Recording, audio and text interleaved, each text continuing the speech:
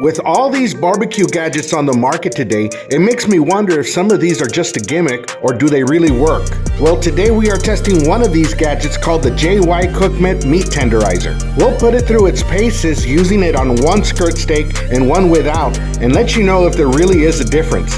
It's part of our 12 Days of Christmas gift idea series right here on Al Lunacy Queuing.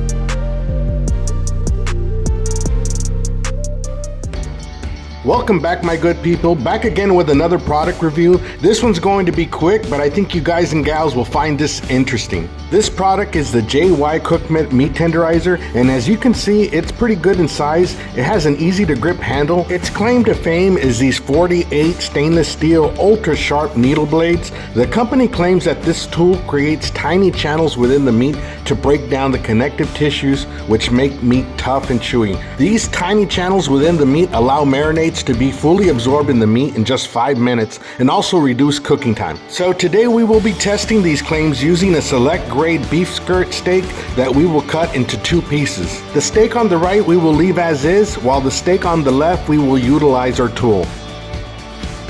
Pressing down on the meat tenderizer, you can feel that the tool does have some springs that bring the blade back up into place.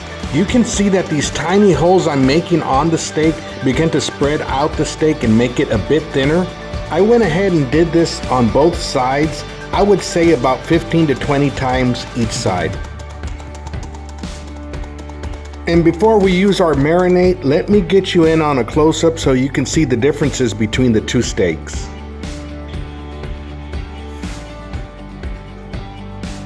Time for the marinade. Today we are using Bakken's the original Japanese barbecue sauce. If you haven't tried this stuff yet, do yourself the favor. I'll have the Amazon link for it in the video description. We'll let both steaks take in the marinade. Let's go outside and fire up the pit.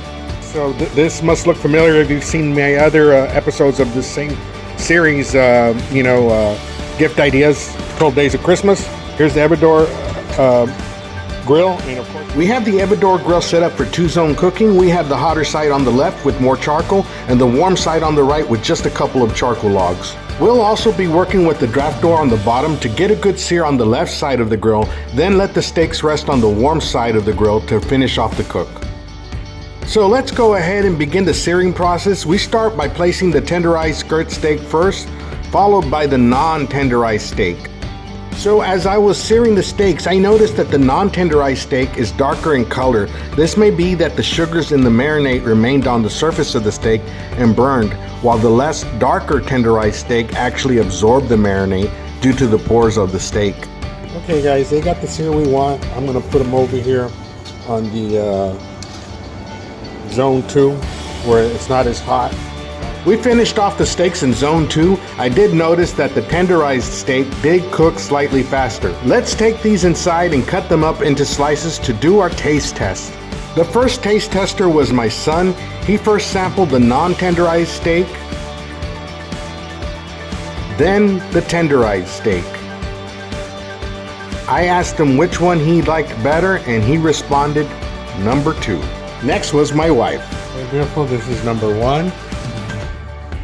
Number 2. I asked her which one she thought was better, and it wasn't number 1. 2 was by far 10 more tender. Okay, go ahead and try number 1. Not bad. This is number 2. There's no comparison. Number 2, 100% number 2 by all means. So there you have it, my good people. The JY Meat Tenderizer did make a huge difference. I can definitely tell you it's not a gimmick. I'll have the link for it in the video description if you're interested in purchasing. If you have any questions, leave it in the comments. Don't forget to like and subscribe if you haven't yet. Till next time, take care of yourself and each other. We'll see you on the next one.